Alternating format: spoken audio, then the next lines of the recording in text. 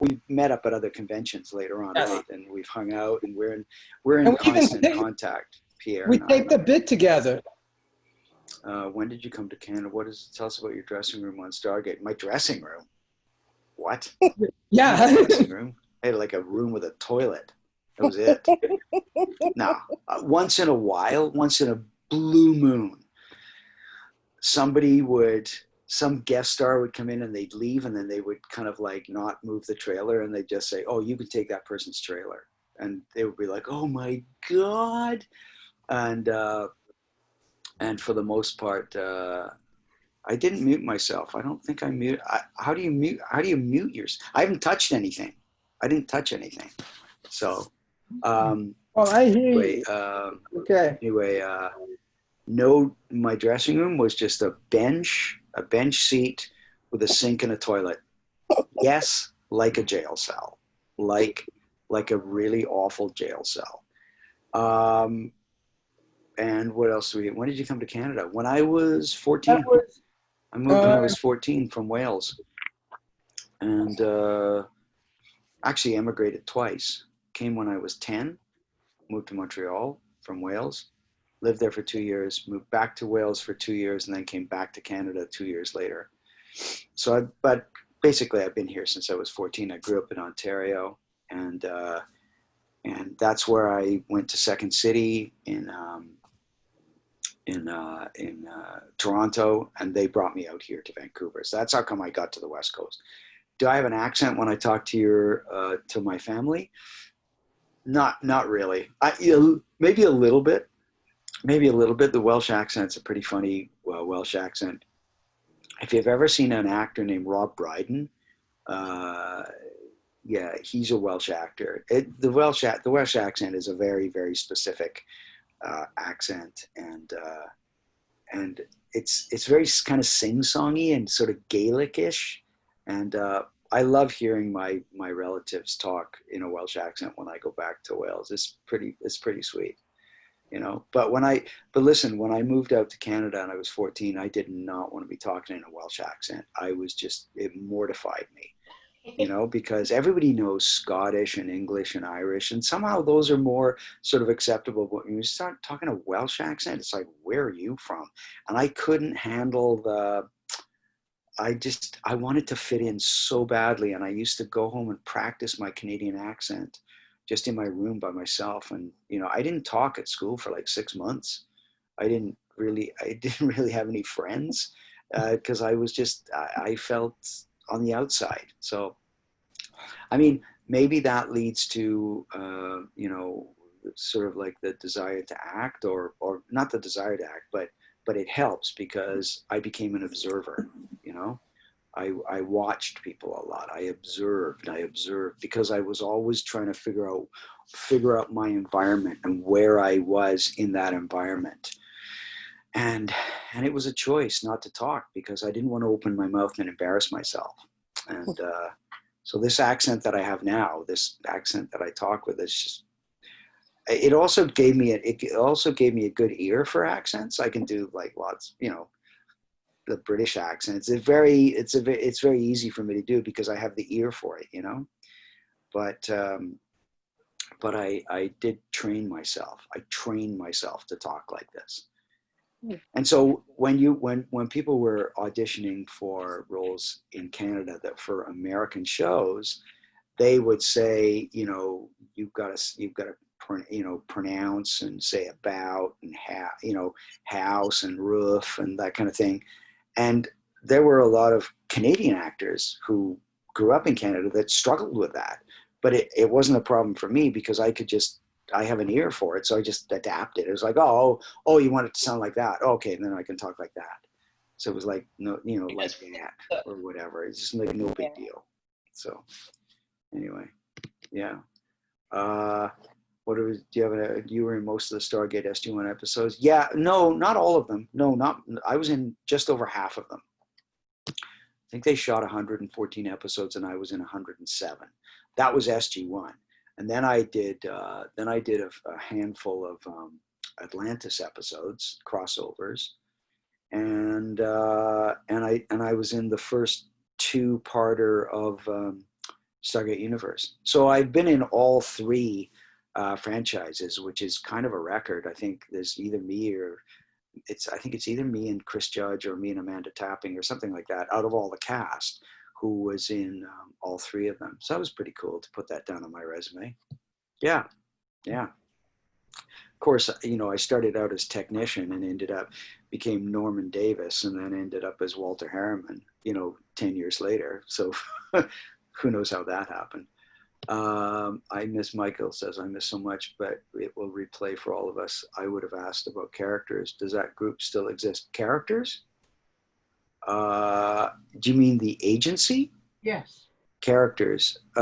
Yeah, I think characters still exists as an agency here. My agent was, yeah, they're here. My agent used to be with characters, then he moved to another agency and I just moved with him. So I was with characters for a long time. And then now I'm with a different agency.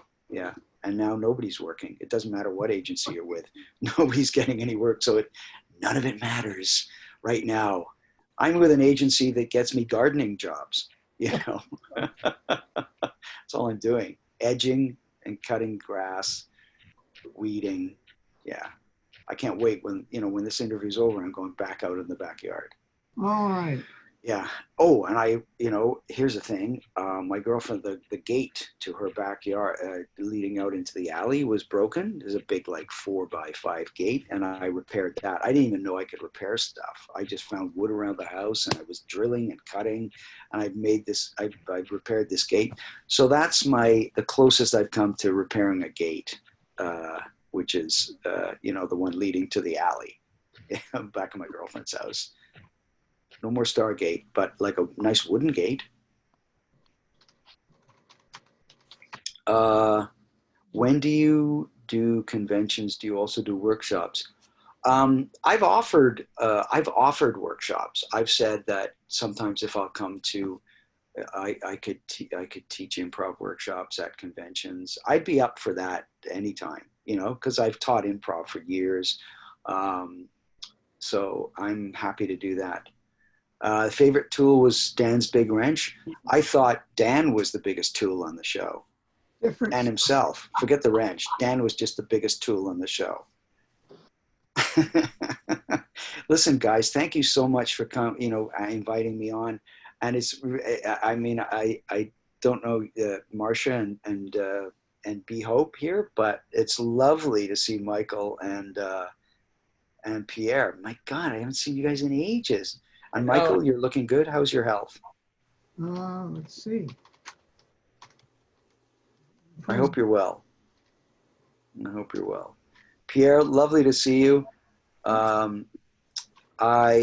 You came in a little bit later, but I just posted on Instagram. I posted my latest painting, Pierre. And I usually, in fact, Pierre will attest to this. I usually send Pierre pictures of the paintings that I work on when I've done, don't I? Yes. I always he's the one guy that I got a couple of friends up here who like to know what I'm doing, but Pierre is a guy that I'll send him works in progress, and I'll say I'm working on this, and we chat about it. And you've been really, really supportive, because I so respect what you do, Pierre. You're such a great guy, and in fact, I was about to send you this one, so it's kind of great. Cool. So if you go on Instagram, they just, or I'll show it to you right now. I'll just show it to you. Here it is. It's hanging on the wall. It's hanging on the wall right here. Maybe you can see it. It's that. Oh, cool. Whose legs? It's a painting of legs on a bed. Nice. So, but I'll fire one off to you so you can have a look and you can critique it. Anyway, lovely to see all of you guys. Thanks for having me on. Oh, there's another painting. There's another one of my paintings. That's one of my son. Yeah, I've seen that one. You remember that one, Pierre? Yeah. This one is a painting of my son when he was about 13. I took him to Tombstone, Arizona. There it is. Can you guys all see it? Yeah. Tombstone, Arizona. And he was about 13, and I bought him like a little plastic gun, and he jumped on one of those little 25-cent horses that you put in, and it just kind of goes like this, and then he was pretending that he was robbing a bank, and he had sunglasses on, and he had a hat, and it says "loser" on it. like the hat says loser. And I caught this, I took a picture of him and I just always wanted to paint it. So that's one of my other paintings. Oh, I'll show you another one. This one, hang on a second. This one, hey, hang on, just one sec. Stand by, please. Hey, look, it's Daleks. Can you guys see that? Cool. Nice. So that was taken from a photograph that I took in Florence, Italy, of an old guy sitting in front of a building. Yeah, so those are the paintings that I've done. I'm just, like I said, I'm teaching myself to paint, but I'm really enjoying it, and I'm just going to keep going. I think after the pandemic is over, whenever, I was going to tell you, Pierre, this. I think I'm going to start investing in some art classes and some painting classes, and going to night school, or maybe, and just maybe teach myself, learn how to paint in oil or something like that, because this is acrylic that I'm working in. But anyway, Pierre, you should, before you go, you should put up on a site like your site of all the drawings that you do. 'Cause I think fans would love to see what you do too, because you're so great. Well, thank you so much, everybody, for coming. Somebody wrote This Florence has is the been best city. great. Yes, it's the best city. And Florence just is thank you fantastic. so much Love that for showing up. It means a lot. And is if that you on a want to, you can canvas? go to Yeah, the it's on a website. canvas. You can get tickets Yeah. to support Gary and the other speakers. And you can Pierre also doing? donate on our We're Patreon. talking to his chair right now. Proceeds go to Gary Oh, here we and go. also to the COVID fund. But thank you so much, everybody. Anyway, so people should just follow Pierre on Instagram or Twitter or whatever, because his stuff is great. Anyway, thank you very much to everybody. I really appreciate it. It's been lovely seeing you, and we'll talk soon in person. Thanks again. Thanks, Harry. Bye.